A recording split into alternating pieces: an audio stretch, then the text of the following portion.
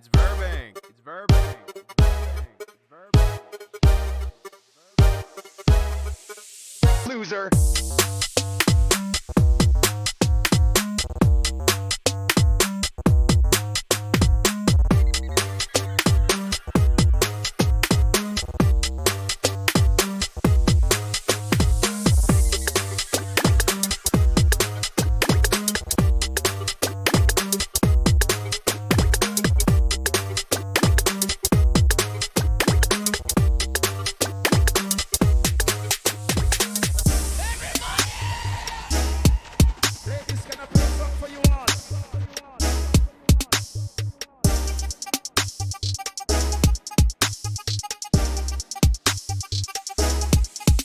Loser.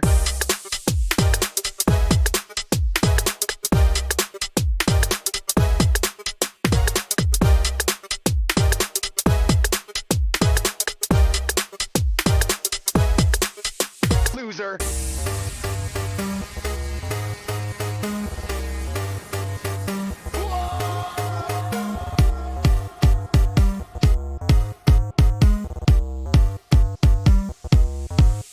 Loser.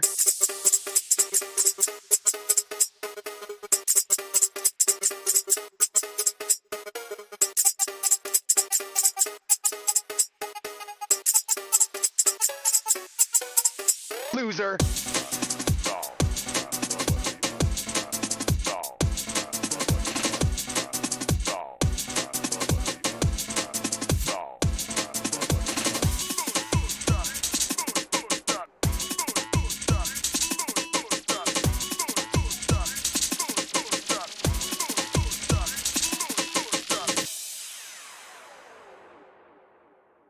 Hi besties, you're currently watching the Vomitorium. You can support the show at www.streamlabs.com/Vomitorium Live. Enjoy the show!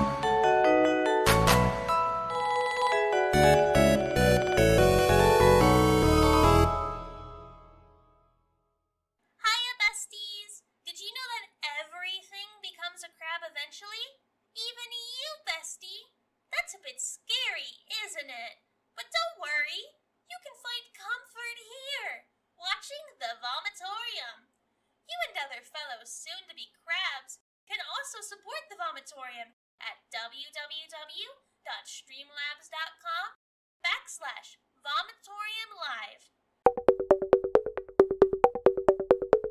It's verbing. It's verbing. It's verbing.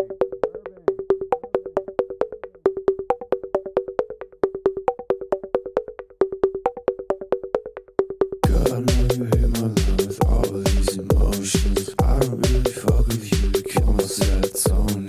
I can't really deal with this drinking on a potion. When it's all said and done, just going through the motion. You're trying to get to know me, then you're gonna ghost me. Next thing I know, yeah, you fucking on my homie. I don't really give a fuck, cause I'm not the old me. Doesn't mean shit, cause I don't even know me. I don't even know me. I don't even know me. I don't even know me. I don't even know me. I don't even know me. I don't even know me. I don't even know me. We exposed. Got you acting so strange. Don't speak. It's all in my head. Hey, hey. Chemicals in my brain controlling my emotions. Used to be so depressed, my life is a commotion. Flowing on this beat, riding waves in the ocean. A bitch in my backseat, wetter than the ocean. Trying to get to know me, then you're gonna ghost me. Next thing I know, yeah, you fucking on my home. I don't really give a fuck, cause I'm not the old me. Doesn't mean shit, cause I don't even know me. I don't even know me. I don't even know me. I don't even know me. I don't even know me. I don't even know me. I don't even know me. I don't even know me. I could go an hour on this flow, it's an omen, but I'm still sad. Every now and then it's no fun. I've been down bad, but I know that I'm still chosen. Falling to my knees, praying that I fucking make it. On the real deal, bitch. I don't gotta fucking fake it. I'ma get up out this town. Yeah, I know I fucking hate it. Sexy girl, rubbing aloe on my back. Yeah, that sounds like the life. But you know I fucking got that, ayy. Cause my serotonin flowing, ayy. Then I remember that you're not mine, and I realize that I'm dead inside. Then you're trying to get to know me, then you're gonna ghost me. Next thing I know, yeah, you fucking on my home. I don't really give a fuck, cause I'm not the old me. Doesn't mean shit, cause I don't even know me. Or something. Yeah, I'm sure. It's a big problem. Switch over to the other playlist and get us on screen. They can already hear us though. Says the report also claims openly queer employees were forced to repeatedly turn down advances by male employees. Really? Yeah, I don't believe Who it. at times admonish them for being queer? So wait, they're hitting on them, but they're also... Are Yeah, these no, I don't women? believe any of this stuff. The only way this makes any sense is if they're saying they're lesbians being hit on by men. No, they're 'Cause not why would they- lesbians. In the modern Why world, would you they don't have- be- you don't have to be gay to be queer. Well, I understand, but this description doesn't make any sense. No, I'm pretty sure everyone complaining is a woman. I see. Or at least biologically. What weird thing they've talked themselves into being, I can't be sure. But Queer couples reported they were reprimanded for violating a no-touching policy. What? why are queer couples working together as contractors for Nintendo of America? I don't know. And why are they making out in the office? Yeah. Or grabbing ass or whatever they're doing. This just tells me Nintendo needs to be more selective with which contractors they choose. Oh yeah, for sure. Well, this is a big problem. Like you expect them to have these issues, with the same thing of all of them. Even before it was their internal things, Blizzard was starting to get the complaints from third-party contractors first. And a lot of that happens to come from the area they're in, right? Nintendo is in Redmond, Washington, which is part of the same coast where a lot of these companies that you work with are going to have people like this inside of them. And you have to choose to just not work with these companies if you continue to have problems. Yeah, just like these companies need to realize that the United States is more than just the left coast. Yeah. That they don't have to have their headquarters there. I like that word way better than the West Coast, the left coast. That is way better description just on its head. Right. They need to move their headquarters to Texas or something. Yeah, especially something like Or Nintendo, Arizona. Where they seem to have any company that's got an actual sense for business. I would love if they came here. I don't want say the companies like those contractors that they're dealing with to come over here. That just makes things worse. No, that's the point. That's the point. Leave those contractors behind in California and Washington, and come farther inland where they will find just as talented people, but who won't. Kansas would try be to great burn for them down. business, and there's nobody in Kansas. Like, you could just start an entire field there. Well, what's his name? Warren Buffett is based in Kansas, right? Yeah. But almost So all they of his can get- stuff is in other states. He doesn't really do much in Is he? Kansas himself, aside from, Yeah. Is he in Kansas or Nebraska? I think he's in Kansas.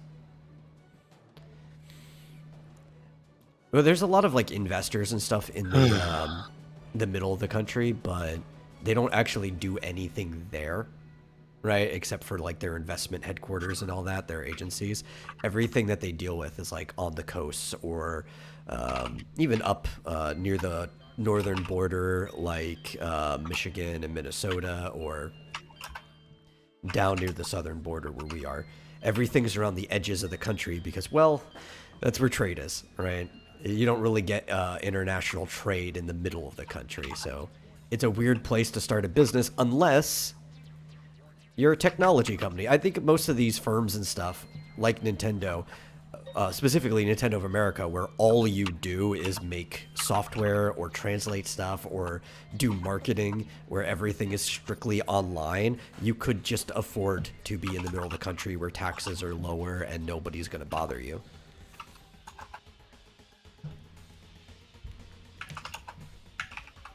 It's not like every single DS goes to Washington before it came out here. Every single Switch goes to Washington before it goes out anywhere. In fact, I think their major hubs are San Francisco and New York, like anything else.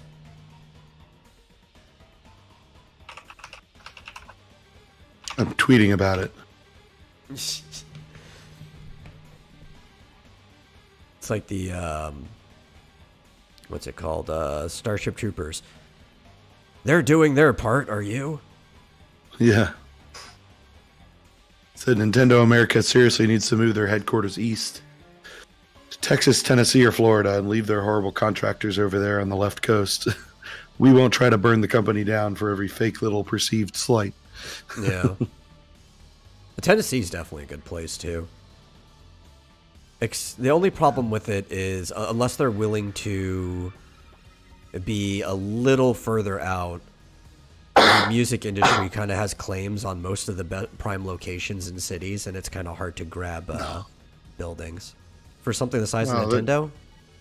They'd have to build a new headquarters. Yeah, of course, yeah. But, I mean, Nissan did it.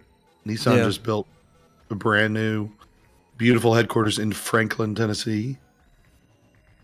I mean, by just, I mean like 15 years ago. But, to 10 years ago. But, you know, Verizon's U.S. headquarters is there.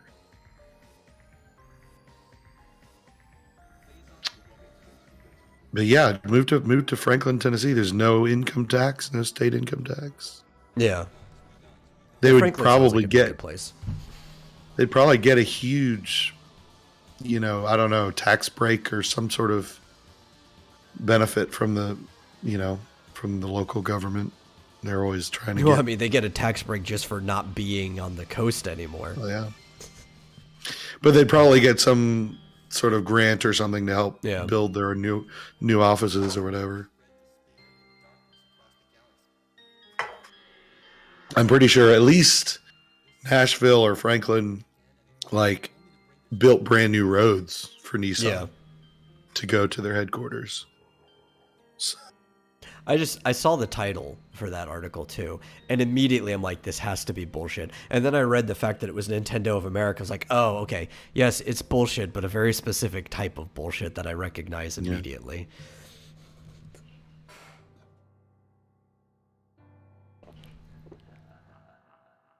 Well, did we do the bumpers? I wasn't even watching. Oh no, those played during the intro part. Yeah. There was we have new bumpers, thanks to my friend Kekiro. If you guys were watching during that time, one of them's a little normal, one of them's a little weird. I said she could just go to town as long as it included that you're watching the show and it has the donation link. And I think one of them is about turning to crabs, carcinization, which is fine. You know, whatever, it's fun. I'll probably get some more bumpers in the future. We'll put a few in, but I like it. It makes us feel more like a live show having like an opening that's as professional as that. Cool. Yeah. So you don't have to do the welcome anymore? Or you Oh no, we're still welcoming everyone to the Vomitorium. As always, I'm your host, The Metal, and joining me is my co-host, Marsupial Gamer. How you doing today? Pretty good. Yeah. Pretty good. I'll tell you, like I said earlier, I started taking this Nexium for the acid reflux, but it hasn't helped the cough yet. I think it might in the long term, but I think it's helped my voice already. Like, my throat doesn't feel as inflamed. You have sound more hoarse than you do right now, so yeah, hopefully we'll that's see. Better. Yeah, I've been hopeful about other things, but the other things were always like, new allergy medicine, I had got an inhaler for a while, but I don't think any of those were actually addressing the issue. Yeah, because doctors are dumb and they can't. At least my doctor, he didn't even. Yeah, he never even looked down my throat. Yeah, there definitely are better doctors than others. But, to some degree, doctors are also only as smart as the information you give them. Yeah. But I would assume with the problems you have that looking down your throat would probably be one of the first things. Like, maybe we should see what's actually going on in there. Yeah, I don't know if he can, I don't know how far down he can stick a camera without gagging me or whatever, but yeah. I feel like if you look down there, taking like a tongue depressor and a light, yeah, rule some things out. Because I'm pretty sure it's this LPR, reflex issue, and apparently it's, acid burning my voice box, and that's something that you could potentially see. So yeah, but no, he's just like, yeah, it's probably just allergies. No problem. Oh, you've been coughing for 4 years straight? Yeah, no big deal. Changing locations too, where absolutely nothing's the same. You're like, first you thought it was the dust in Arizona, then you think it's like the plants over here. It's like, well, there's something has to be the same between all these locations. Yeah. Your throat is probably the only constant. Yeah. Not to mention all year round. I used to have seasonal. I mean, I guess I still have seasonal allergies, but when it started to be all year round, it's like, okay, something's different. So, yeah, we'll see. I got the idea from your boy Zach because I think he has the same problem. We're about the same age. Yeah, and so I was like, oh, that sounds like me. We'll try the anti-acid medicine. So we'll see how it goes. Yeah.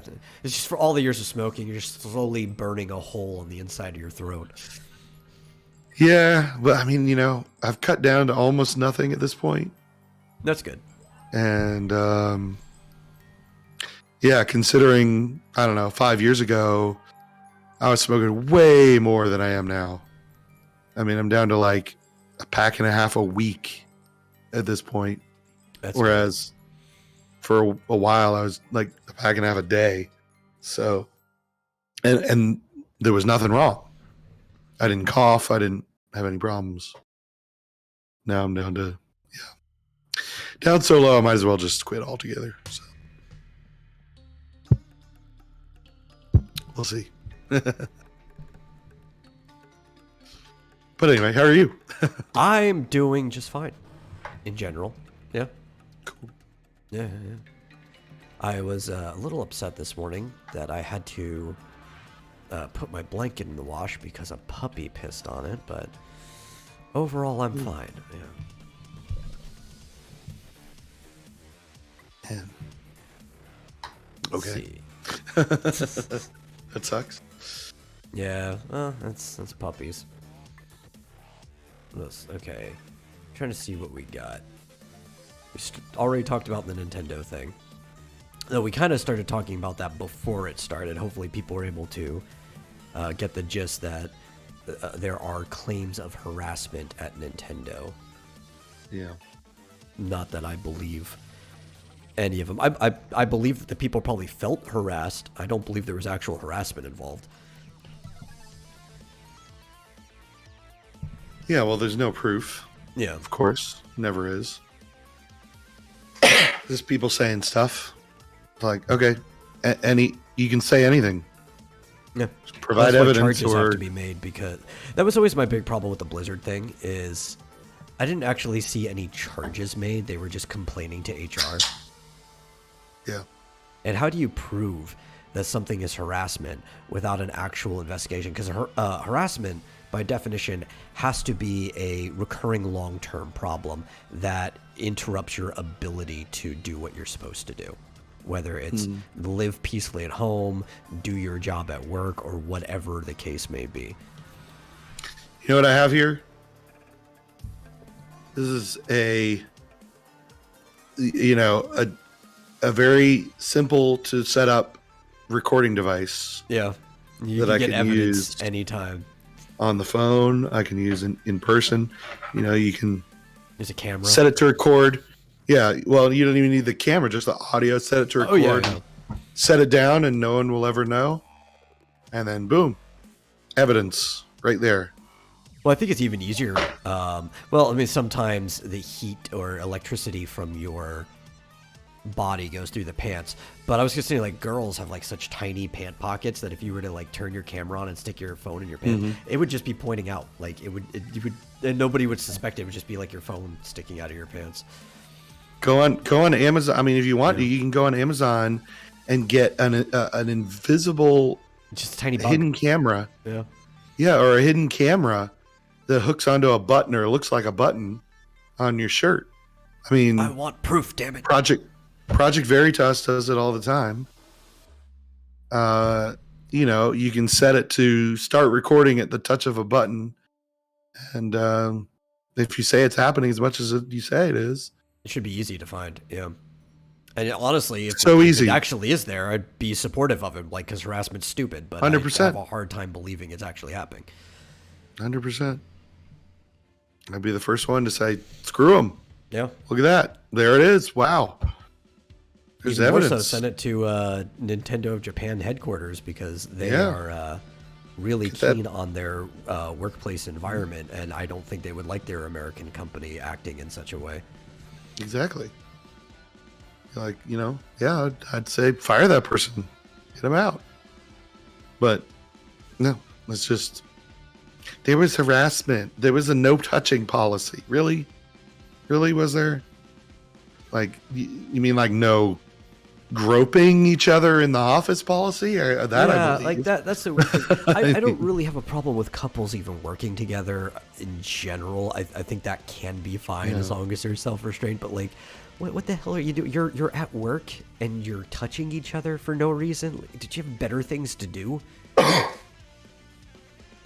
I worked for like 1 year at the same office as my wife back in 2000 or so. And we weren't even, we weren't in the same department. I don't know if we would have even been allowed to be. I think they may have even had a policy where you can, your spouse can work in the same company, but you basically have to be at opposite ends of the building or whatever. So we'd see each other for lunch, and that was like it. So, because you're there for work. Yeah, like, I don't get it. Yeah. But I also don't even, like I was saying, they're contradicting. They're saying employees were asking them out on dates, but at the same time admonishing them for being gay. And so I guess that means that it was. Things you're saying too, like, they would be talking to people or whatever, and some of the red badges, as they referred to, like the full-time male employees, would be sharing memes.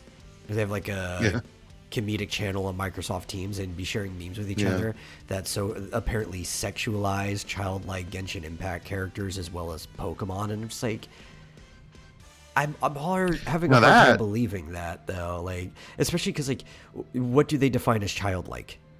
Yeah, I mean that would be super easy to get evidence. You've got the meme. It's in Microsoft Teams. You could literally just take screenshots and stuff like that, save things, download it. Yeah. The fact there's no evidence of that is extremely suspicious. Oh. Yeah, just don't hire women. Yeah. Especially contractors. Just have in your contract with the contracting company. Only men are allowed to come in. Or at least we have to have access. We need to look at their social media before we allow them to work here. And if they have pronouns in the bio, they're not allowed. They're allowed in as long as they're wearing burqas and accompanied by their husbands. That's right.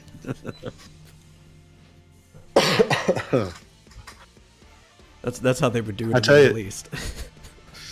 I tell you, if I ever go back to a situation where I'm hiring, I am gonna require that they tell me their social media. And I'm going to look. Like, nope. You're going to try to burn my company down. Yeah. You're not hired. Maybe not today.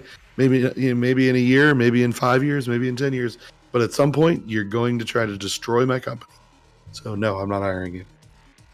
Yeah, the sad part is, like, if we were to roll the clock back, like, a decade or so, I would have been totally against that idea of checking in on somebody's social media, but that was kind of from like the free speech standpoint. And the problem is now we have to check on somebody's social media to see if they are against the normal civil liberties that our country provides for people. Yeah, I mean, I was hiring people just 7 years ago, about 6 or 7 years ago. I didn't even think about. Yeah. I mean, at that time, it would have been like Facebook, probably less than Twitter, or more than Twitter, whatever. But didn't even occur to me because, and frankly, nobody I ever hired was ever an issue like that. Yeah.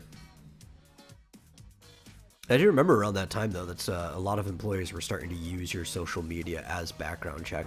And I thought it was the dumbest thing because a lot of people weren't getting hired for things because they'd make a stupid joke about wanting to blow up Pluto or something like that, Yeah. Remember that girl who got hired? Remember that girl who got hired by NASA? Yeah, I remember that. And she tweeted something. I don't even remember. Well, so she was talking and she was making really foul language, and someone's like, "Hey, we don't use that kind of language at NASA," and she was like, "Fuck you, I'm hired at NASA." And he's like, I'm the chief director. You're fired." Yeah, exactly. That was hilarious. Yeah. Especially if you're trying to work for a company, you think you should at least look into the people you're working for, kind of know their profiles and stuff like that. Yeah. It's one of those stories that like almost seems fake because it's a little too on the nose. Yeah, if it wasn't for the fact that there are like archive.org pages, we could go back and see the actual state of Twitter at that time. There's no way you would believe it. Yep. And what's funny is I got into an argument with social media manager at a video game company. Yeah. The one that did like Banjo-Kazooie, I think. Didn't they do like a remake recently? No, they did not do a remake of Banjo-Kazooie recently. There's like a port of it for Xbox Arcade, but it's not really upgraded. Maybe it was a different some game with a funny name like that. And they had blocked me even though I hadn't said a word. And so I went looking about this game, whatever it was, I don't even remember. And I was like, why is the social media manager blocked me? And then she ended up getting all mad and like, well, it's my personal account. And I'm like, but it has your company name all over it. Yeah. And your blue check mark and everything. It's a company account. No, it's my personal. I can block whoever I want. I'm like, I guess I'm not buying this game because of this one employee. Yeah, I'm sure. If it was something related to that, it had to be Microsoft because they own Rare. It wasn't Microsoft. It was an independent company. But it was some funny sounding name video game. This was, I don't know, 3 or 4 years ago. Yeah, no, the last thing that happened to Banjo-Kazooie was just him showing up in Smash. They still haven't done anything with the game in a while, which is a shame, especially all the hype that was put around Banjo. And at least to get far into development, it only takes a couple of years. You think they would have ridden off that hype and announced a brand new Banjo game or a full-on restoration or something to capitalize on it. Mm-hmm. Such a shame. You know, it's also a shame. Do you know the Pokemon Company is engaging in charity? Which on the surface doesn't sound like a bad thing until you look like, and I doubt they know. I really doubt they know the first thing about any of these organizations, but they're donating $25 million to support children and social equity. And you know, the word equity, especially combined with social, is a red flag. A lot of the stuff in here directly refers to like diversity, inclusion, and equity, like projects and stuff like that, which are always the marks of a Marxist organization whenever you see that stuff, or at least there's influence to it. A lot of these specific organizations have even supported like Black Lives Matter riots and stuff like that directly, including Black Girls Code, 100 Black Men of London. I don't know if Young Women Empowered has supported anything directly, but Stop Hate has definitely done it. And to me, like, the Pokemon Company is just this big nebulous international company, right? I don't actually think they keep tabs or know about these organizations particularly. They just see a bunch of other people donate to these organizations. It looks really good. I'm sure they get tax write-offs for it, plus good publicity just for donating to charity. They're like, hey, we're helping children out. It's like, but are you? Do you know that you're actually helping children out? Or are you just told that you're helping children out? Because a lot of these organizations aren't going to be helping children.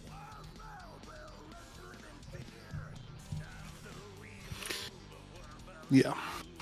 Well, you know, it's when a company does stuff like that, it's just publicity. You know, they're just trying to make more money. Yeah.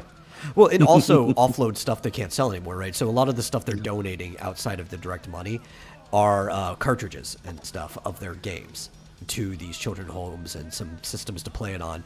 And it's like, well, especially if you're donating 3DSs that are sitting in a warehouse that you don't sell anymore and 3DS games and stuff like that, you're really just offloading stock that you can't get rid of otherwise. That you're paying to store anyway, so you probably if you get rid of saving it, you a can lot of put money. more stuff in that storage instead. Yeah, yeah. Or get rid of the storage or whatever.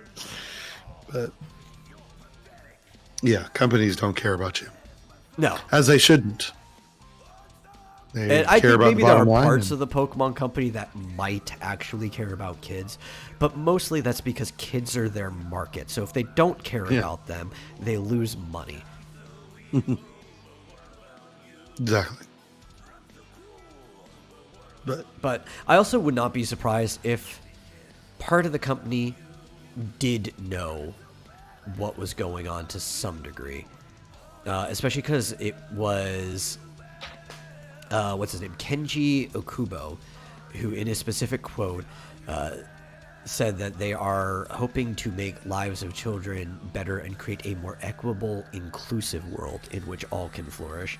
And it kind of lines up with the really toxic talk that Masuda and stuff like them have been saying about making games more accessible, which is one of the big reasons like Pokemon games have been getting worse over time, is because they're watering them down. Yeah. So I don't know. I'm kind of up in the air on this right now on what they actually know and don't know about the stuff that they're doing. Mm-hmm. Yeah, I don't. It's hard to tell because sometimes I think Sometimes it's just buzzwords. Like even when they use stuff like that, it's because it's everybody's using it, whether they actually believe anything behind it or not. It was like back when everybody was calling every game cinematic, just because that was the buzzword at the time. Yeah, but I mean, like when they do things like water down Pokemon to make it more accessible, I don't necessarily attribute that to any kind of diversity and inclusion thing so much as sort of just the direction that Nintendo's been going for a long, long time. Well, I don't know, because Nintendo itself doesn't seem to be trying to make things more accessible in that matter. It seems to be more the Pokemon company, especially because Nintendo is perfectly fine letting other games still be difficult. Yeah. Well, I mean, it's hard to the whole ever since the Wii, the Wii was. I don't know if they intended it to happen or not, but it was like everyone and literally their grandmother, had a Wii. Yeah, I think the Wii though was an actual case of things being more accessible and not like the buzzword that everybody uses. And part of that was more that it was intuitive, right? Motion controls were something that literally anybody could pick on, but they weren't using the motion controls to necessarily make things easier, right? It was like a side effect. They were doing it because it was an innovative thing to do at the time because nobody was doing it. And that always seemed to be more the direction Nintendo was doing. Like even the Switch is technically more accessible because you can bring it on the go, and a lot of people would prefer something that's not just stuck in their house. But it's not like they're looking for access when they're making it. Yeah. But I wonder if it's the Pokemon company chasing after that sort of thing, but just doing it incompetently. That could be the case, yeah. Because I'm not sure the Pokemon company was ever very competent. Or no, the Pokemon company, maybe. They seem extremely competent with marketing. Game Freak, on the other hand, which is the one who controls the production of the main series of the game directly, I'm not sure if they were ever that competent. Especially because some of the best things from the early games we find out are like in the Gold and Silver when Iwata comes in and fixes a bunch of their blunders and saves so much space they can fit an entire second campaign to the game in there. Yeah.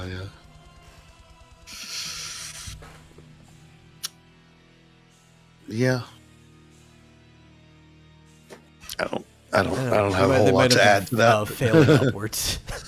Yeah, and I'm not super familiar, not nearly as much as you are with sort of the progression of the game going up and kind of going back down and all that kind of stuff. But I don't know. I just get the feeling especially as a Japanese company,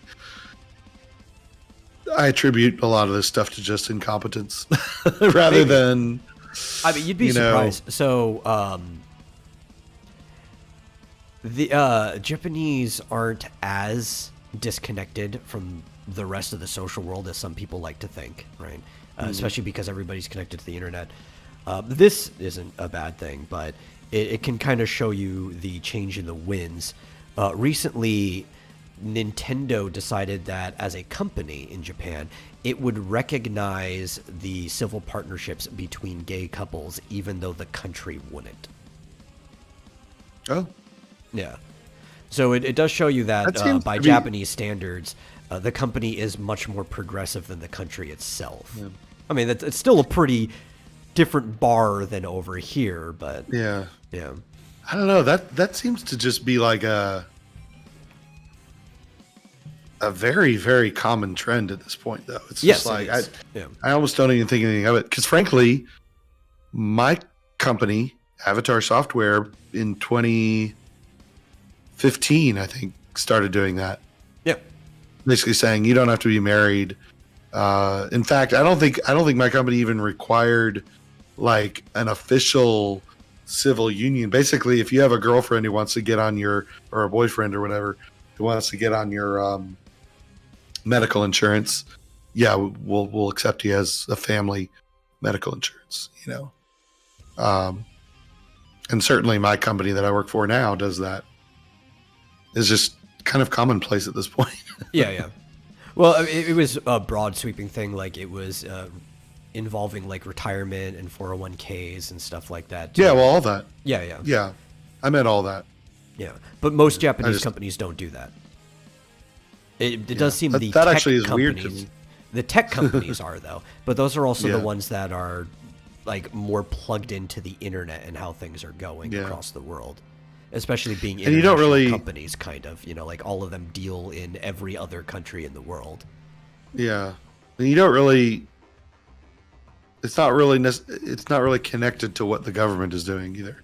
Yeah. It's just what benefits do you want to give your employees, and the fact that I think it seems like more and more people aren't getting married, but are in long-term committed relationships, whether straight or gay or whatever. It's just becoming more commonplace to not get married, but be but still want your common law spouse, I guess you could say. Yeah, one of the be big things included. is too is that that's partially looking at it from like a very Western viewpoint, though. Like in general, when you look at how things are handled in Japan, a lot of people have this kind of like culture of obedience, right? Like if you look back at COVID, when Yeah. the government asked people to stay home, they never had to do a lockdown or anything. People found it their civic duty to stay home in Japan, right? Yeah. A lot of companies, if the government said that they're not respecting gay marriage, would not even consider allowing any type of recognition of union between the same sex. But companies like Nintendo, I think Sega did it as well, Samsung and stuff like that, in their local branches, all of them are accepting it now, almost in defiance of the government's position. Interesting. Which again makes sense. All of them have branches all over the world. Some of them are probably trying to keep certain policies congruent across branches of their company. It's just, it seems a little bold historically for a Japanese company to do that against the orders of their own government. Yeah.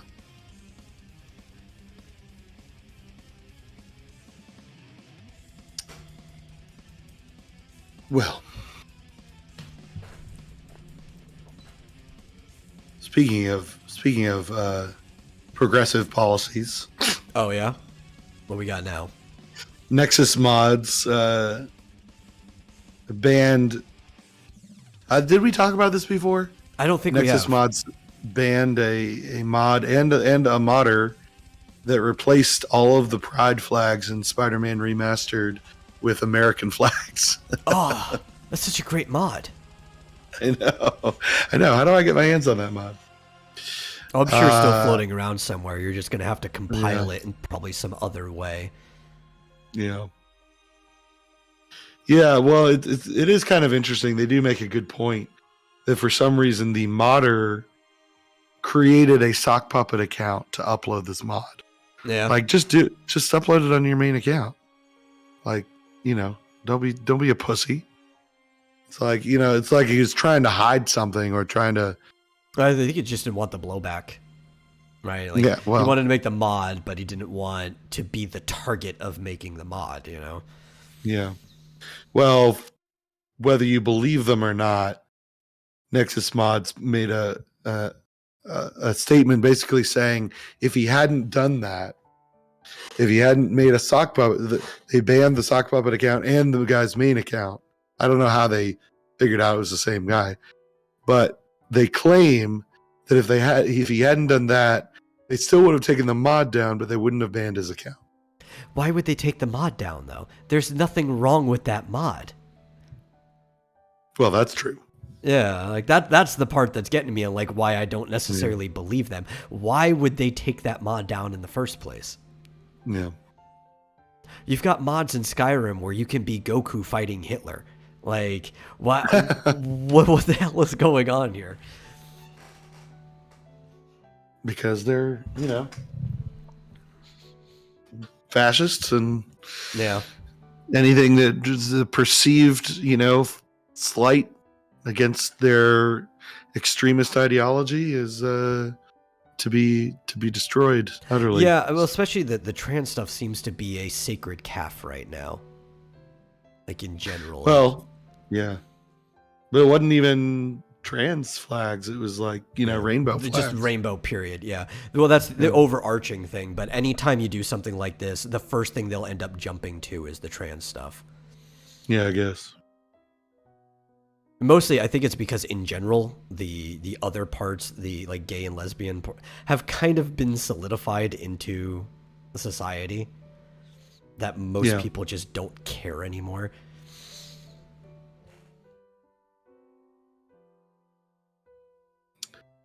Well, yeah, I'd say, there are other mod sites, and if you don't like their religious devotion to inclusivity that, obviously doesn't include straight white men or anything, but have you seen the they're changes exclusive to all the inclusivity. flags too?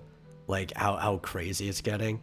It used to just be like a rainbow flag because like the idea of the rainbow was that it encompassed every possible thing. It's all the colors right there.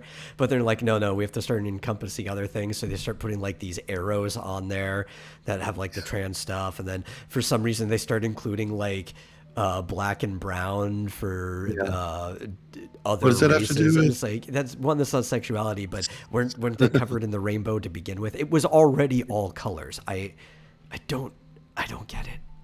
It's like it's got to be all the different M&Ms. It's a modern day version of imperialism. That's all it is. Well, I like the version of the flag where they take 4 of them and turn them 90 degrees, I saw that, yeah. and it makes an interesting pattern. If you try it out, it's If you go to like many Asian countries, you might see that pattern written on the side of temples. yeah, true. Might see it in certain museums of In Germany. certain unfortunate historical events. It's the pride flags everywhere. Just in different forms. I used to like Nexus mods long time ago. Yeah. Well, I haven't played it in forever, but I guess I've only downloaded Stardew Valley mods from there. Yeah. Well, my problem is like the actual launcher, which replaced their old school compiler, is way bulkier than it used to be. No, I don't use that. You don't use the Nexus launcher, which that's good. But also it's like, not only has the launcher got bulkier, most stuff you can just get like people will just take the same mod. They'll upload it to Nexus, but then they'll also upload it to like the Steam Workshop too. And you're like, why do I need Nexus mods anymore when I can just get everything off the Steam Workshop? Yeah. Yeah, excuse me. I just go and manually, if I ever play Stardew and I need to update the mods, I just go to the website and manually download them and drag them in to where they go.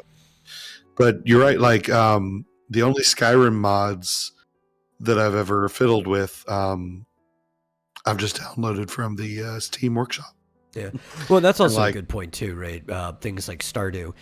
games that are made to be modded, unlike old games, will have folders where you can just like drag and drop things in the right place. You don't necessarily have to really easy. recompile the entire game like you used to have to. Right. Yeah. Right. No, yeah, you just drag it in. It's real easy.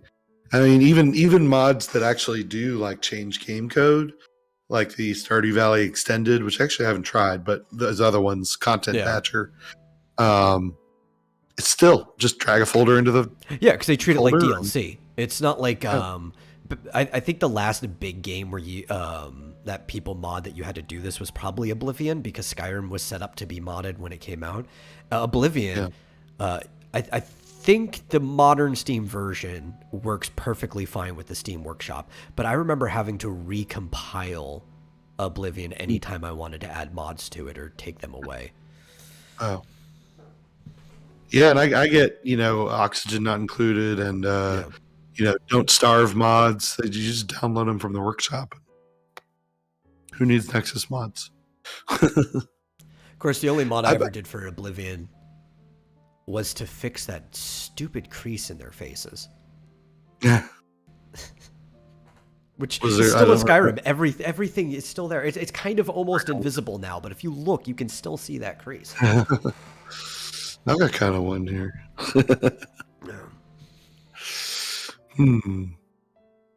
Hopefully they'll fix that for Elder Scrolls 6, whatever that's going to be. I have no clue if they will. Whenever that's going to be.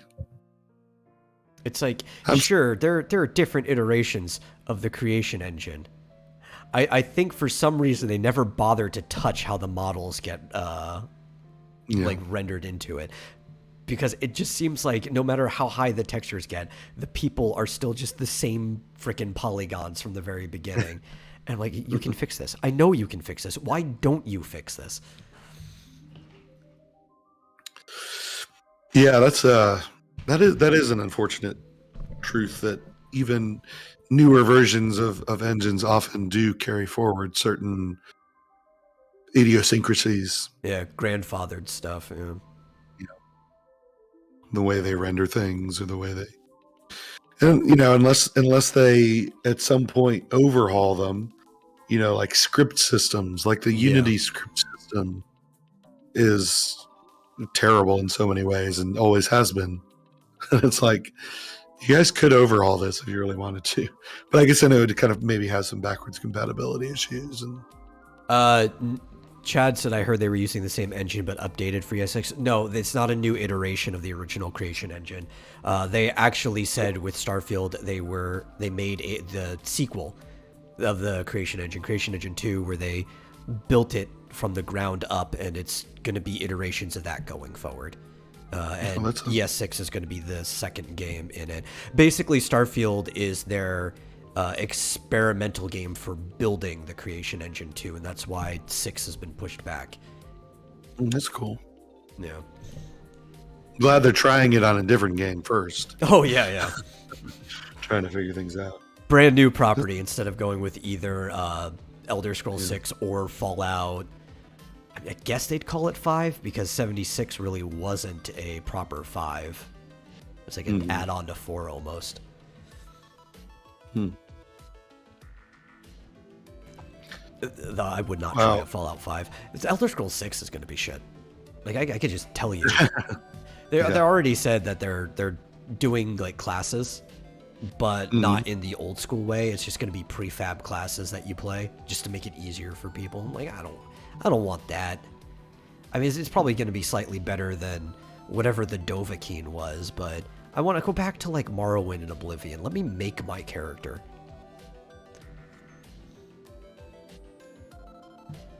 Cool.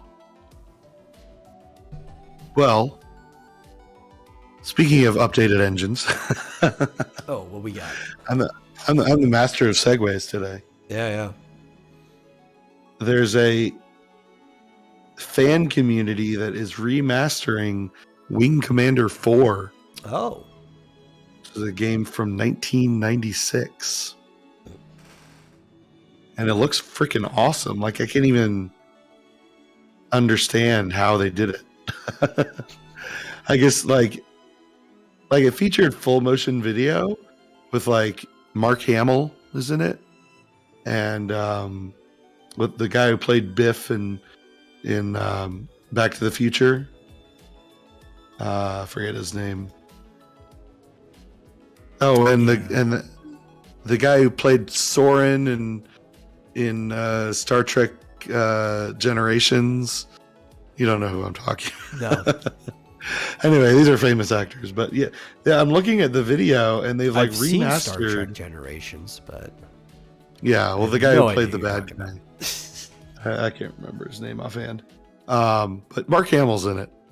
yeah. But I'm looking at the full motion video and they've like totally remastered it and it looks amazing. And of course, the game itself has been, of course, you have to own the game. So this is like a mod. You have to own the game and then you can install this on top of the game. I wonder how you remaster full motion video. I guess maybe you could use some type of AI interpolation or something like that, because those videos are highly compressed to be able to be in the game in the first place, and it's not like you have the raw file somewhere. Well, okay, so Unless they it found says the raw file stored somewhere. it sounds like close to it. So it says there was a DVD edition of the game. Oh, okay. That maybe was released later that had higher quality video than the original release. Well, it would have to be like anything would be higher quality video than the original release. You've seen Which what was probably SSDs on- used to look like. Yeah, it probably came on like 20 floppy disks. Yeah. But so they started with that, and then they said they further enhanced the video with AI upscaling. Okay. So it's kind of like a combination of the two things I mentioned. Okay. yeah, so it's not quite mid 90s FMV. It's a little bit better. They started with a little bit better quality than that. I actually didn't even know there was a DVD edition of that game. But Yeah, I well, guess mean, even that a was DVD would be like what, a minimum of 480p, but it's probably better. It's probably gonna be like 640 if it's still standard, up to 720. I don't think they were doing 720 in the mid 90s though. no, a DVD would have been. That would have been close to the turn of Not- millennia, like 2002, Yeah. 2001. It wouldn't have been HD, but it would have been at least, Yeah. crystal clear 480p or whatever. Yeah. So Well, I think you could As get good as HQ is what they called it, which was 640 from DVDs. oh, okay. Yeah. But yeah, I don't think you get 720 until Blu-rays come around. Right. Just trying to see short. Okay, well, I mean, if you really want to know, short strange history of Wing Commander 4 DVD. It looks like in 1997, a year after that it was initially released, they made a DVD upgrade kit. But man, you would have had to. You would have had to have a DVD player An in early 1997. adopter of it too. Yeah. Yeah. Like most people didn't even know what a DVD was in 1997. Yeah, I mean, in 97, God, I was still in college. I was blowing people away by the concept of burning a CD. Oh, video games were still on CD. I mean, that's PlayStation 1 era right there, you know? Yeah. That's We don't get a DVD player until the PlayStation 2 comes out a few years later. And then everybody starts getting basically DVDs says- because of the PlayStation 2. Yeah, you would have had to have been an extremely early adopter, and it looks like the DVD kit even had to ship with a decoder card. Oh my God. And you would have had, yeah. You want to That sounds like it would have If you been want- expensive as fuck for the Oh time, my God. too. Yeah. I don't see a price on this little blurb, but I mean, you probably would have had to spend over $1,000 just for the hardware to play this fucking game in 1997. But I guess someone got their hands on it and they turned it into a remastered game. Crazy. It's on PCGamer.com if you care to look at it. But that was an Origin game. Yeah. My former favorite studio, game studio, back in the 90s. Yeah, before was it EA bought them out and decided, no, you're gone. You're not doing anything anymore. Canceled Ultima 10 and canceled Ultima Online 2. Basically said, nah, we got Ultima Online. We're going to just milk that for all it's worth. You know, to be fair, though, looking at a lot of sequels to good MMOs, it's probably best that they're still just Ultima Online.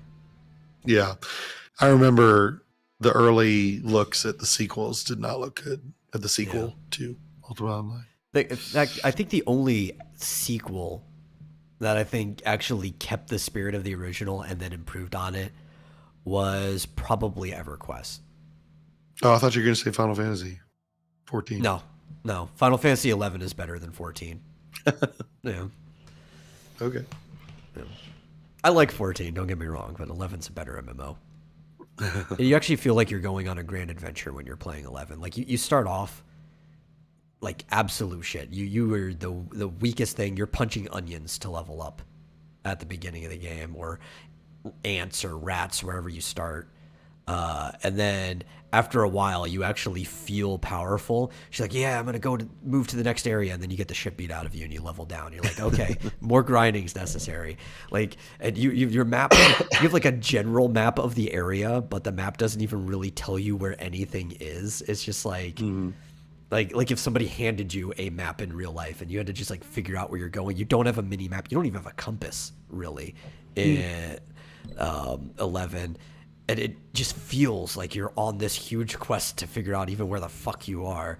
And then you eventually stumble upon better things and you go to towns and you level up your jobs. And it plays like an actual Final Fantasy where different jobs can have different types of armor and weapons and stuff like that. And you have to figure out what weapon and armor set is good for you at the time. And I don't know. 14 is fun.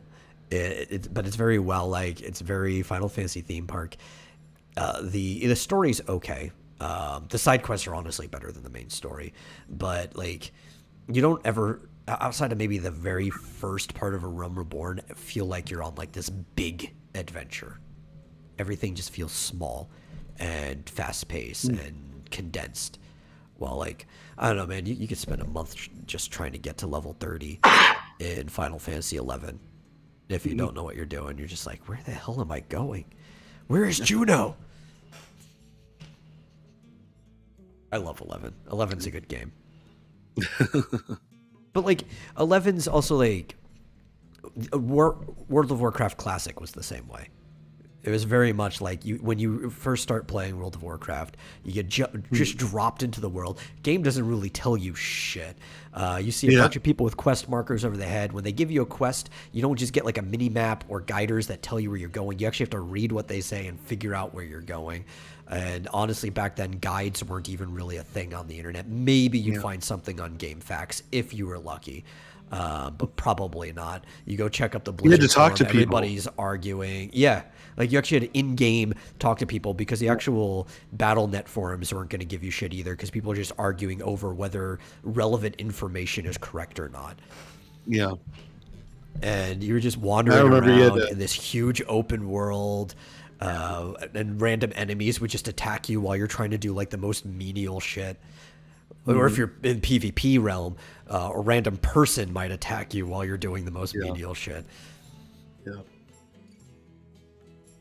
You had to like level your ability in everything. Oh, you had to go to a class trainer to buy your next abilities back. Yeah. That's right. I remember that. And you decide which ability. Oh, you don't want that. And then Blizzard's like, oh, you don't want to go back to the classic. Everyone's like, yes, we do. This stuff's so good. And then they made WoW Classic, and honestly, it's probably what's keeping them afloat. Sort of, but what's funny is they're ruining WoW Classic. Well, they are, but also like it's very different from where it was. Oh yeah, when it first came out, because it's like everybody already knows how to do everything. Everyone knows how to level up.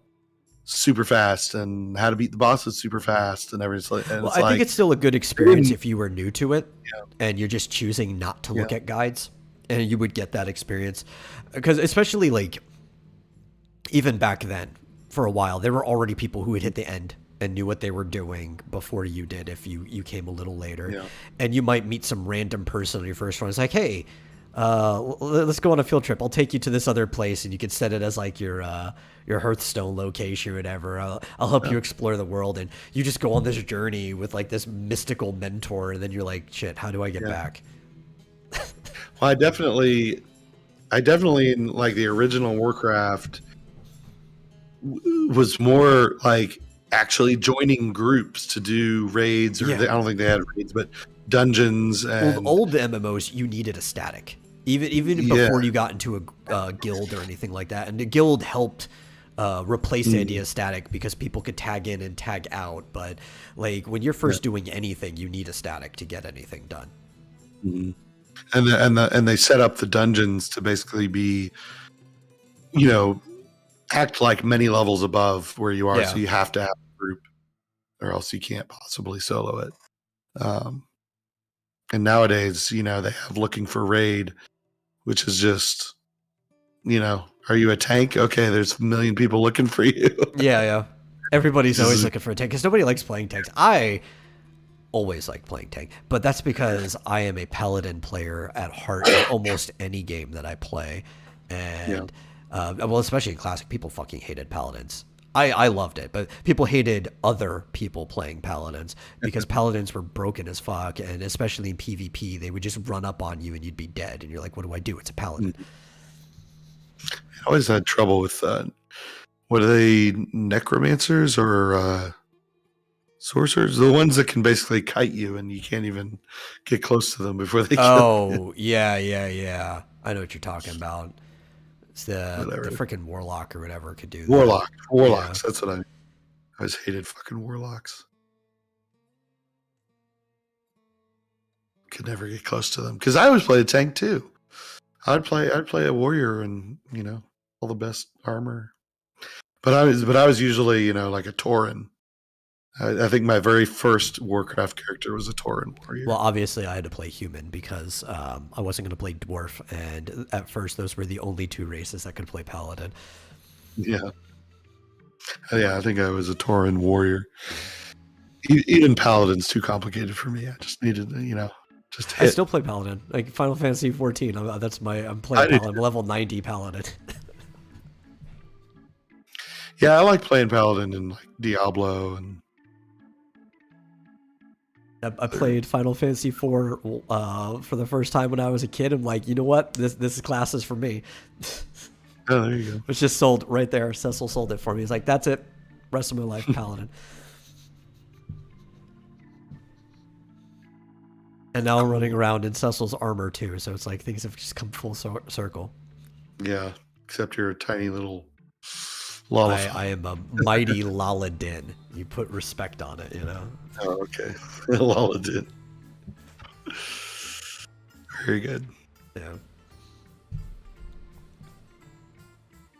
Oh no. Lost you for a second. Flip it over to the chat. I clicked the wrong button. Would you jump into the wrong channel? Yeah, I tried to click live stream chat. It looked like there was someone in there, but no. But I clicked, a different video channel. Just kidding. I'm done. Goodbye. I'm leaving. Okay. Well, since we're on that subject, Yoshi P has said that he wants to make one more MMORPG from scratch before he dies. After 14, which he says he wants 14 to be around for decades to come, which I don't think is too much of a stretch depending on what they do to add content, because there are people still playing 11, like right now, though I believe 11 probably actually has more longevity than 14 does. Depends what you want. I think 14 is definitely a better game for people who are into like role playing and the social aspect of having just like, I don't know, what are people using the term now? Metaverse, just a place to hang out in and stuff like that. But as far as like an adventure RPG with a replayable story, I don't think it's as long-lived. Who knows? Yeah, well, they have to. They're kind of stuck in this loop of having to make new content as quickly as they possibly can, or they lose people's interest. Well, 11 doesn't have that problem. It went years without new content, only coming back, I think, what was it, like 2016, they started making episodes that they were releasing like once a year or something like that. Yeah, because it's built different. Yeah. It's not, doesn't have that loop, that game loop. It's built to survive. Yeah. Just like the players are, whereas with the world just constantly beating you down, you get built to survive. That's right. But yeah, that's interesting that 14 it's so successful, but it's I can't even imagine what it takes to keep it maintained and updated and come up with new stories and new areas and new this and new that all the time, or else you will lose people's interest. Well, I think even Yoshida might be losing some interest. I mean, he clearly enjoys the game. He's doing a lot of fun things with it. But, I mean, you know what it's like to be somebody who works on anything. You kind of want to work on something else as well. And he even says, like, I'm a game designer, so I always have several ideas for games. I can't talk about them here, but I think that goes for any game designer. I'm the kind of person who's happy as long as he can make games. So while there isn't anything in particular, I occasionally think that I would like to make one more MMORPG title from scratch before I die, which is a big undertaking because I don't think people understand just how much work goes into an MMO over like any other game. It's a huge risk. The only reason like a lot of these other companies can take those risks is because a lot of them flip assets and stuff like that, or basically have slave labor or borderline with how low they pay people. If you look at some of these like Chinese companies and stuff like that. But the MMO model is not I don't think it's a very conducive model for somebody who doesn't know what they're doing. Because you have to put so much into it, because it's one where almost immediately after you start, it's already a decaying model, and you're constantly having to put work into it to keep it giving funds back to you. Because if you're not running it, especially the free-to-play, I think the free-to-play model was probably the dumbest thing that ever happened, because it leads to abuse from companies to be able to make up the money they need, when subscriptions used to pay for maintenance all on its own, and you never really had to worry as long as people were just paying their subscription. And I think that's why 11 still does well. But if you can't convince people to keep paying the subscription, you're losing money. So there has to be like a certain number of people still subscribing to your game for it not to be a loss. Right.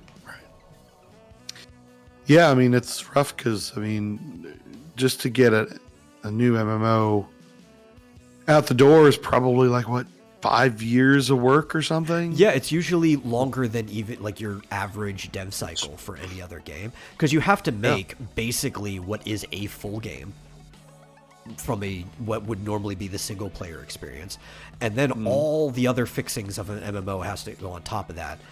The party abilities, all the social aspects, the way the world is interconnected. Sometimes they have to be interconnected to a website too. So you have to make sure that you have an API that's dedicated directly to the MMO. There's like so much work that goes into it. Yeah. Yeah, I always wondered, like, because when MMOs first started coming out, you know, all there were the single player games. And it was like, okay, when I play a single player game, I'm the hero. I save the world. I save the princess. I defeat the bad guy or whatever.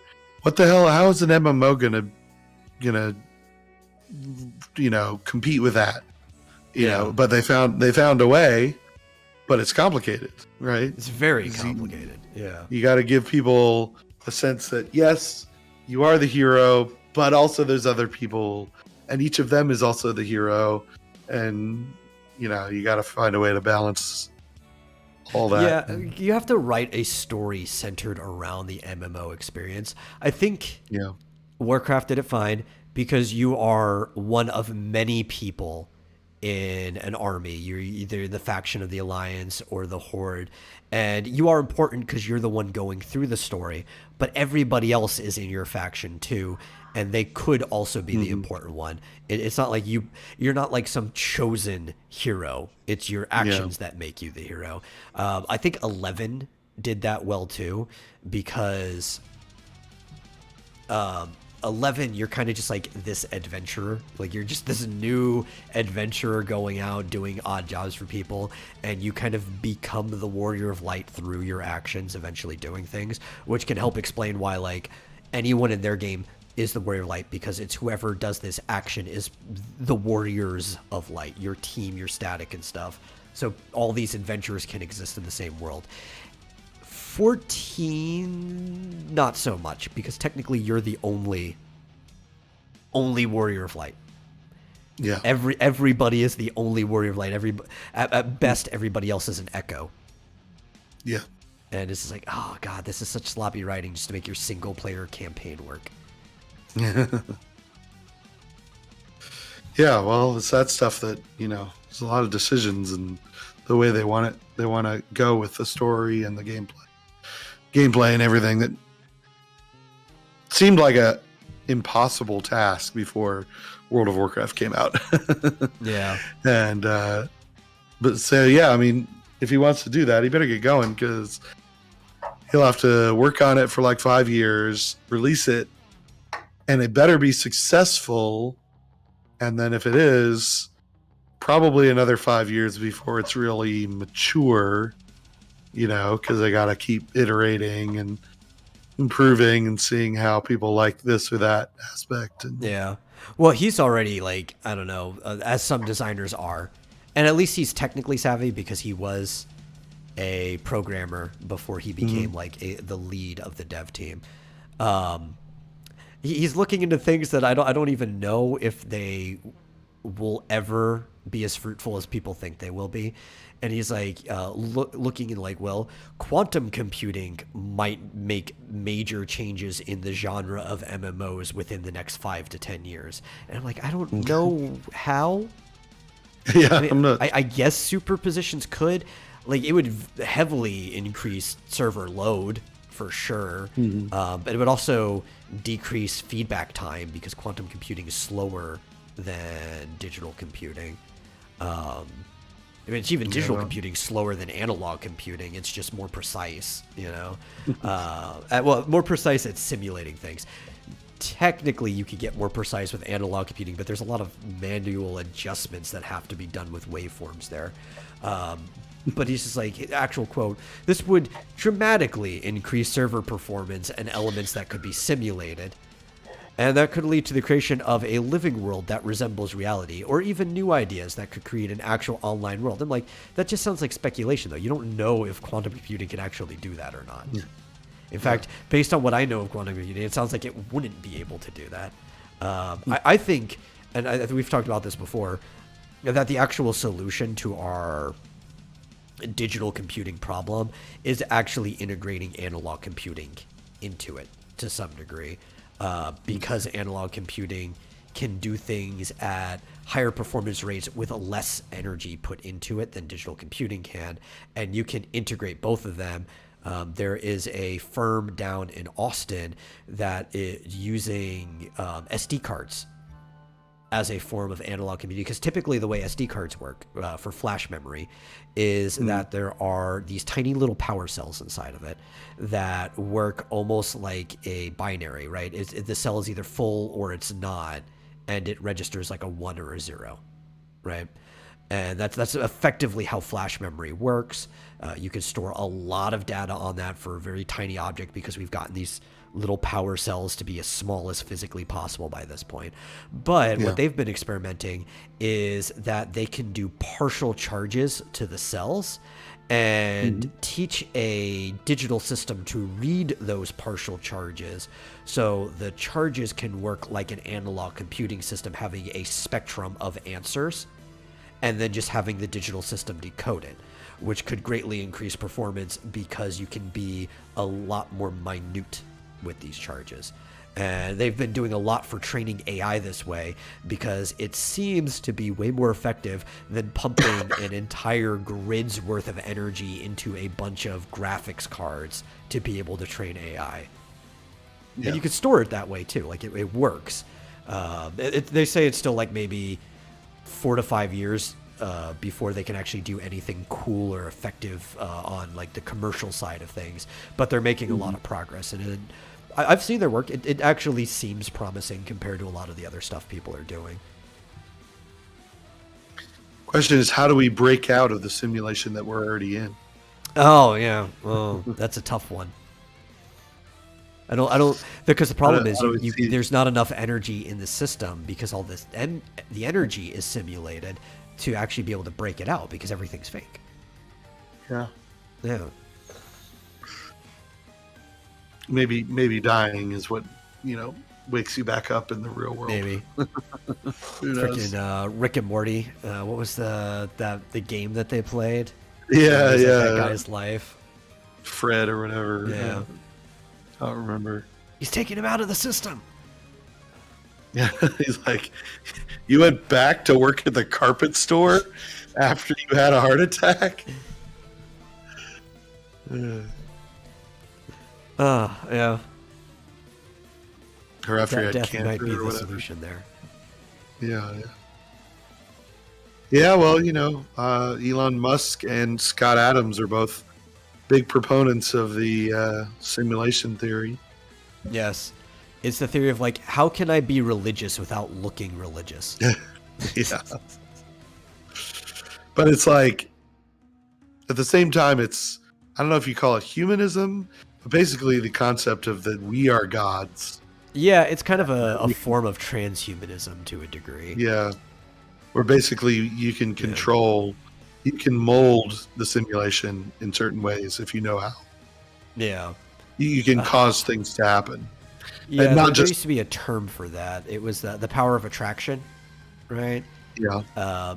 That's all it is. All it is the law of attraction, but in a new age version of it. Yeah. And it's not just affirmations, but Yeah. it's like, that's the part of it where you can manifest things into being. But you'll have to go. You have to subscribe to scottadams.locals.com if you want to learn how to do that. Scott Adams. Listen, sometimes he'll make a point that I fully agree with, and then he'll just do something stupid to undo everything about it.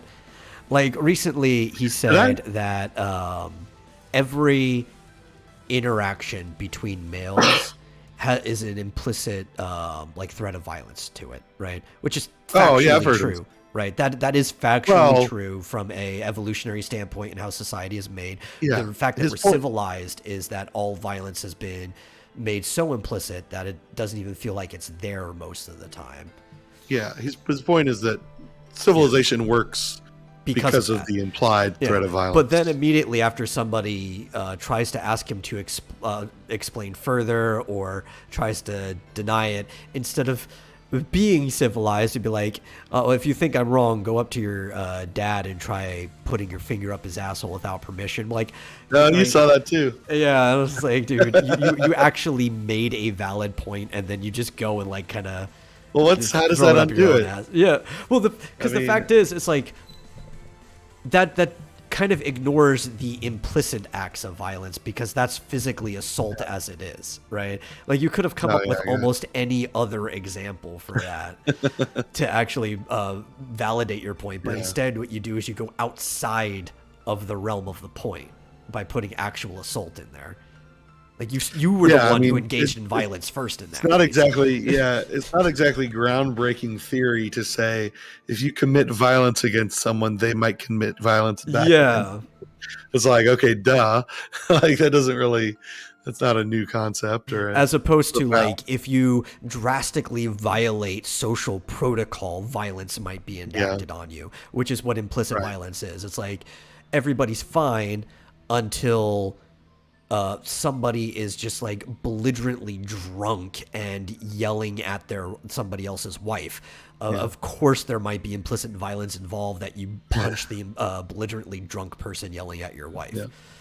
Or in a purely hypothetical Yeah. situation, if maybe you were in a different country, say, and there was, shenanigans that went on with voting, and, there was some sort of evidence that maybe the leader of some other country, of course, was not, the actual elected leader, then people might get violent. Yeah. But everything about it, and I think there's two types of people who don't understand this, right? One, women, but not all women, Right. because some women understand from their interactions with male that things can get violent very fast.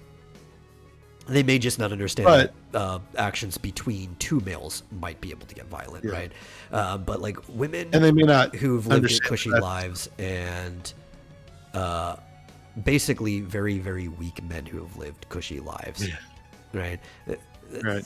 And they may not understand that that's a good thing. Like they may, women might say, "Oh, yeah, You of say course that, I it's know." barbaric. Men, yeah. You might, women might say, "Yeah, of course I know that men are violent or could be violent or whatever," but they don't quite understand that. Yeah, but that's how civilization holds together, because men are potentially violent.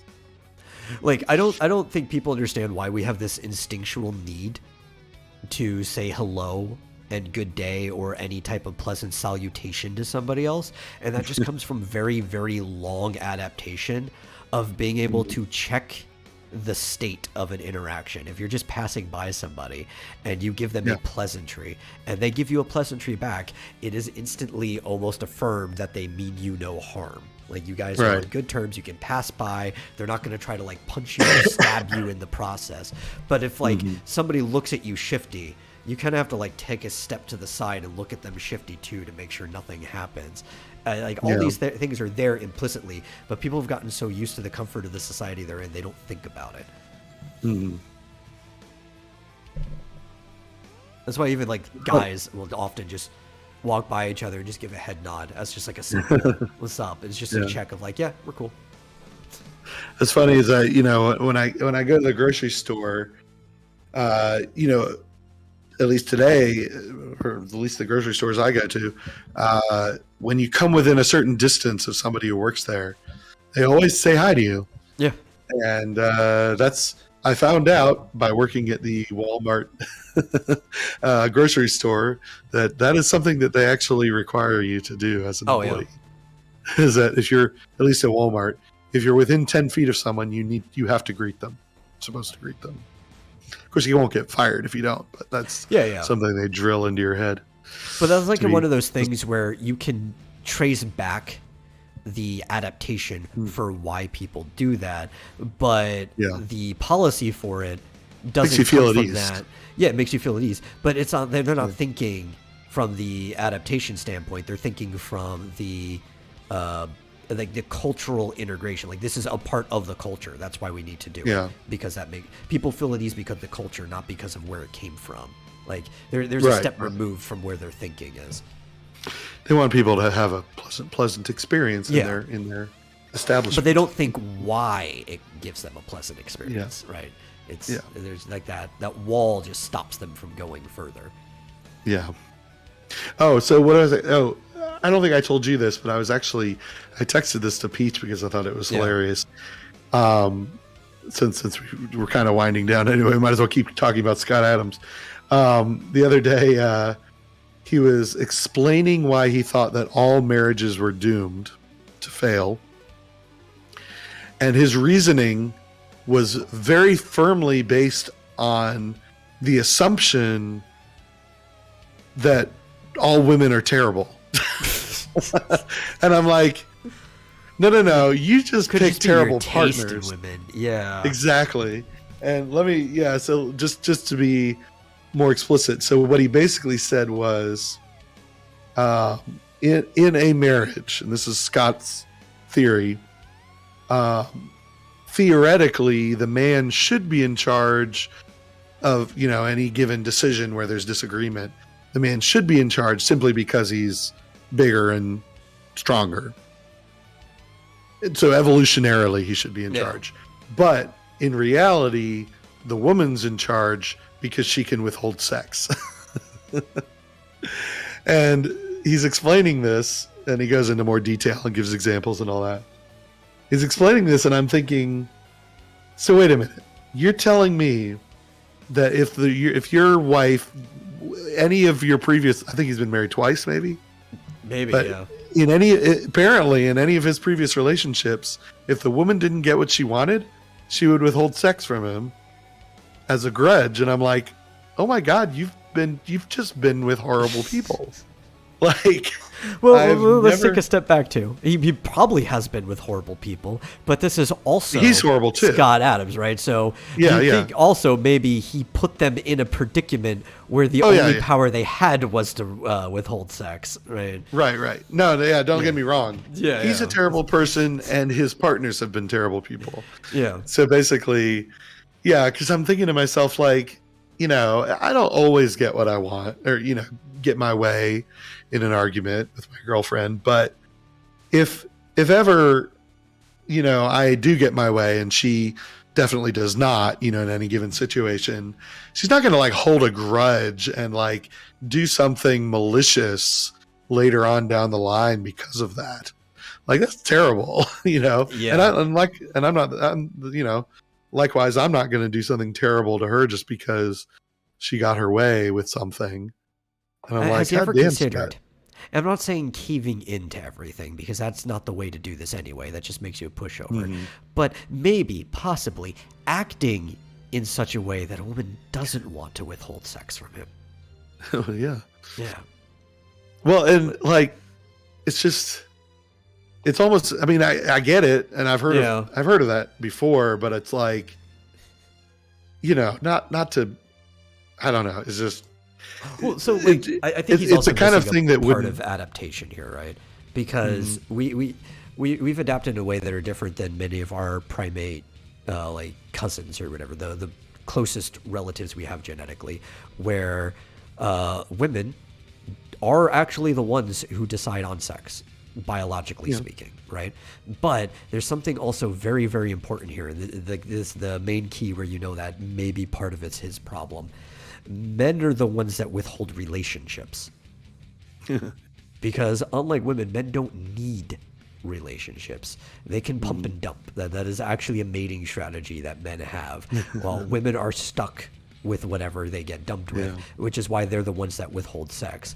And a lot of the power dynamics come from this mutual adaptation of one side withholds sex and one side withholds relationships. So apparently, I don't think he's doing his part well enough, if that's a key problem. Yeah, I saw a thing on Twitter the other day. It said, women sleep with whomever they want, but only marry whoever they can get. Yeah. And men sleep with whoever they can get, but they marry whoever they want. Yes. That's basically just another way of summing it up. Yeah. Yeah. But my point was going to be just like, dude, the women that he's with obviously don't like having sex with him, right? Yeah. Because he might be very selfish in bed, which I would assume, by the way he acts in literally every other part of his life.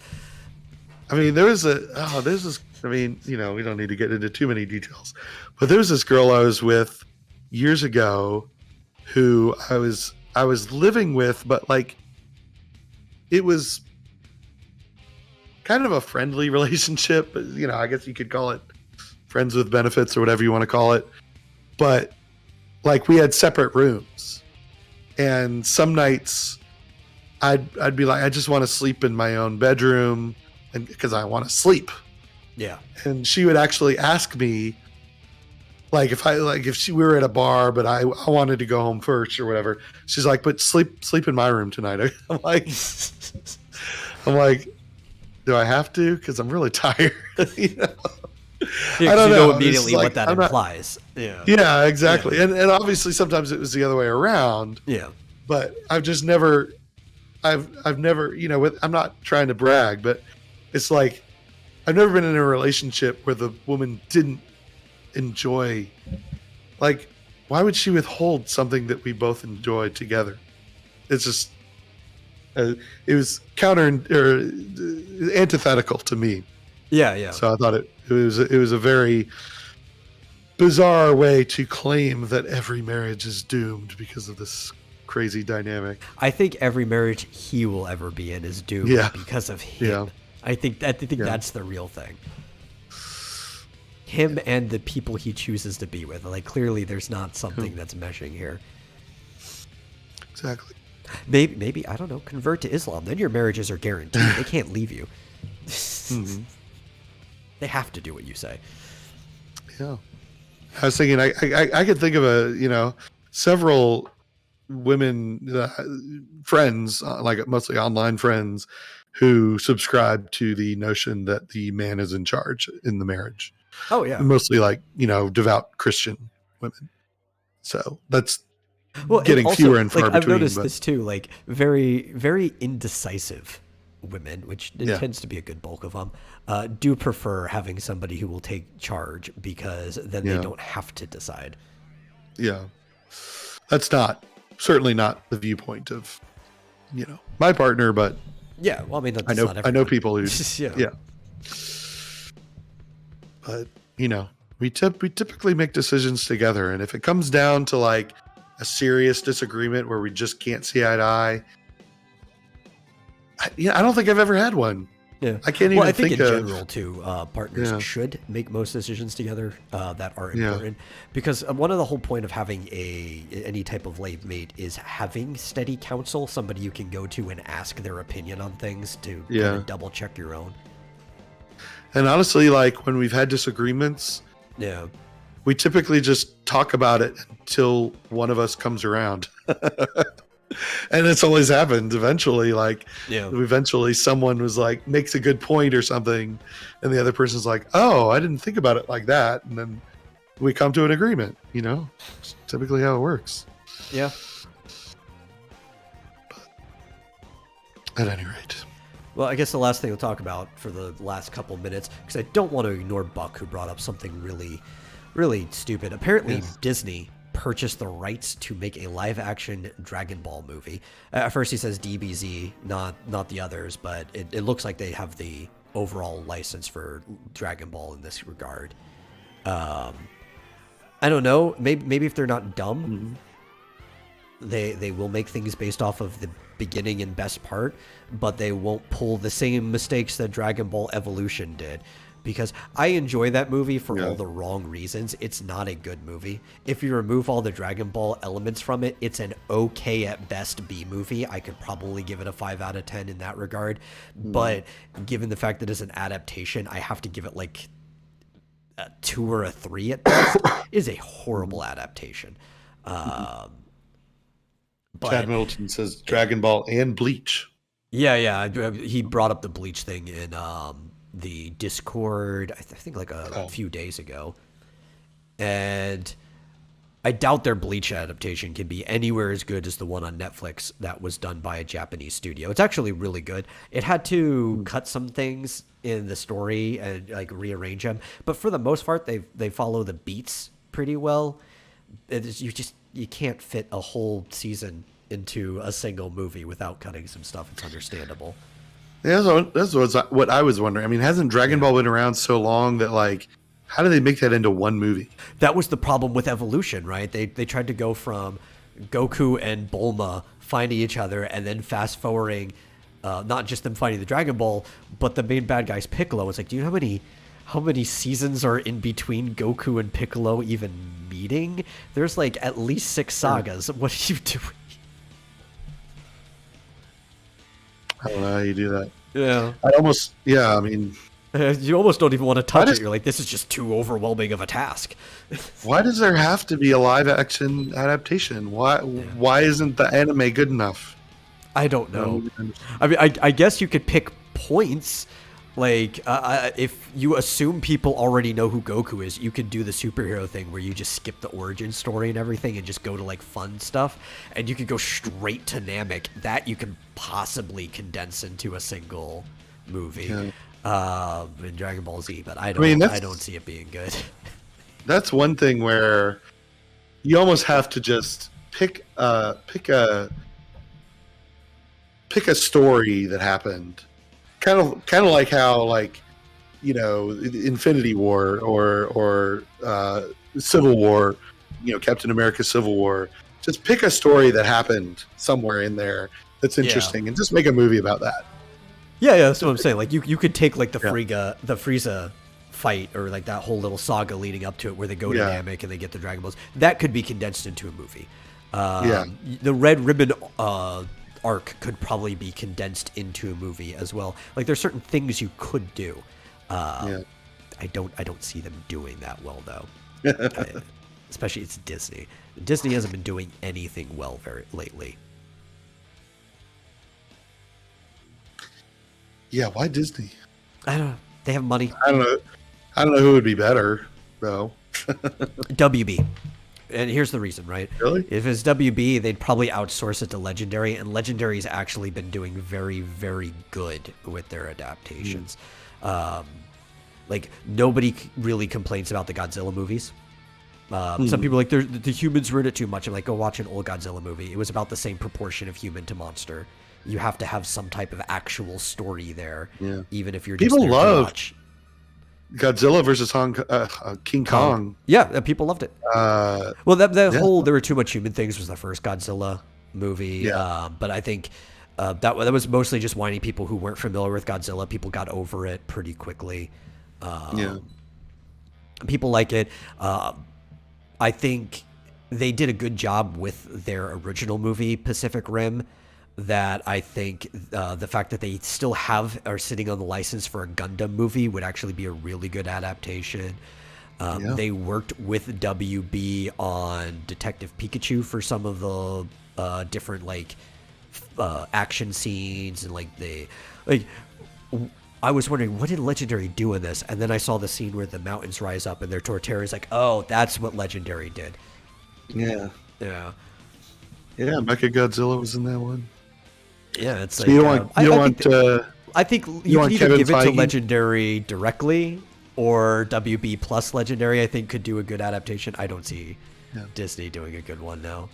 You don't want Kevin Feige No. directing? I don't think Feige's even Dragon that much of a visionary. I don't think he ever was. It would be good. It would be what's that guy's name? The guy who is John Lasseter. I mean, I he would like be Lasseter a lot. He would be more interested in doing a CGI, animated movie. Yeah. But You need to find a director that's a fan. That's the real thing, right? Yeah. I think one of the best adaptations of an anime between either Japan or America, it doesn't matter who did it, was actually James Cameron, who did Battle Angel Alita. Oh yeah. Yeah, I thought it was great. It hit all the beats of the manga. A lot of people thought it was off, but they were used to watching the original OVAs that led into the anime, which changed a few things. It fit the manga perfectly, and you could tell he had a whole bookshelf full of the manga behind him in the interview. He's talking about how he's been wanting to do this for years. The TV series Dark Angel was originally going to be a Battle Angel show, but they couldn't pull it off at the time, and they didn't know if American audiences were ready for it yet. And he does this wonderful live action adaptation mixed with CG that I didn't even think was uncanny. It was like, well, she looks like Alita does. You got to find somebody like that who genuinely likes Dragon Ball, and then I don't care what studio does it as long as they give that person free reign. Yeah.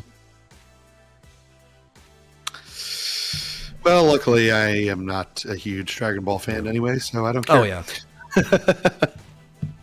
But good luck to the fans. I hope it's good. It won't be. You're safe. Yeah. Well, hope beyond hope. And you know what? The bar is really low, though. Yeah. All it's got to do is pass Dragon Ball Evolution, and it's already the best live-action adaptation of Dragon Ball. It's got a very low bar to pass. Just hire Ray William Johnson. He'd be great Goku. Oh, God, yeah. You hired and directed. It's get the Mega 64 crew who don't even like Dragon Ball. They recently did the I don't know if they're gonna ever go into Super, but their last upload for the Dragon Ball Z in 5 minutes series, and they did the Buu saga. and it was great. They had we talked about it before. They had all these different people that have been in their other videos, YouTubers, video game developers, and stuff like that, come in for the Spirit Ball thing. No, I mean, you need to find an actual fan, somebody who would do it right. Yeah.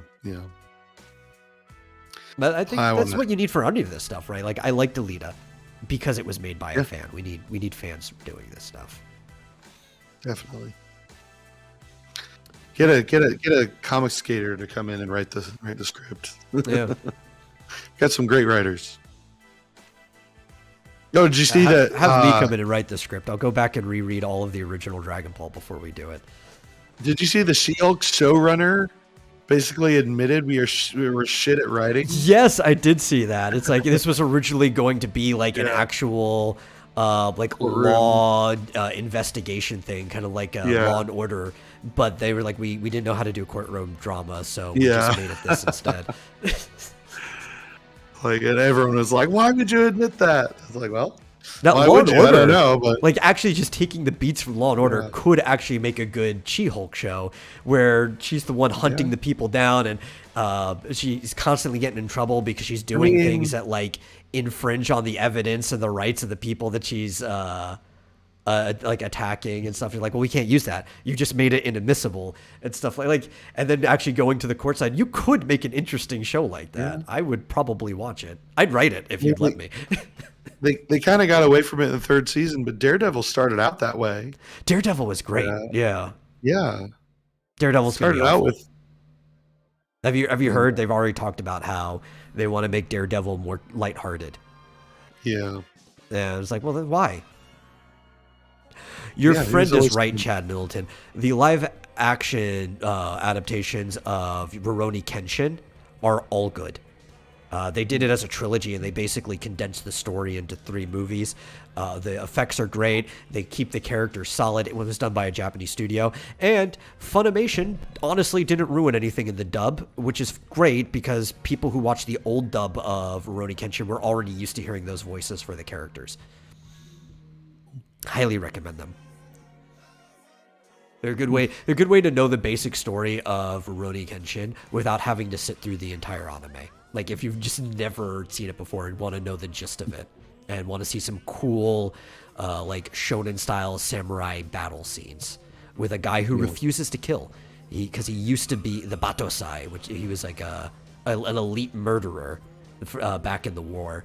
And he kind of like took a path of redemption and replaced his blade with what he calls a reverse blade, where the edge is on the inside curve.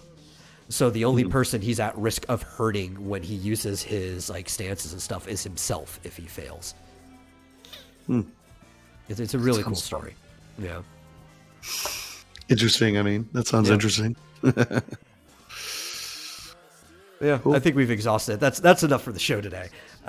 Plenty. Yeah, we're a little over. Thank you all for watching. If you enjoy the show, please share it with everyone. As I said in the Discord, share it with your friends, your enemies, hell, your second cousin, whoever. Get them on to our audience.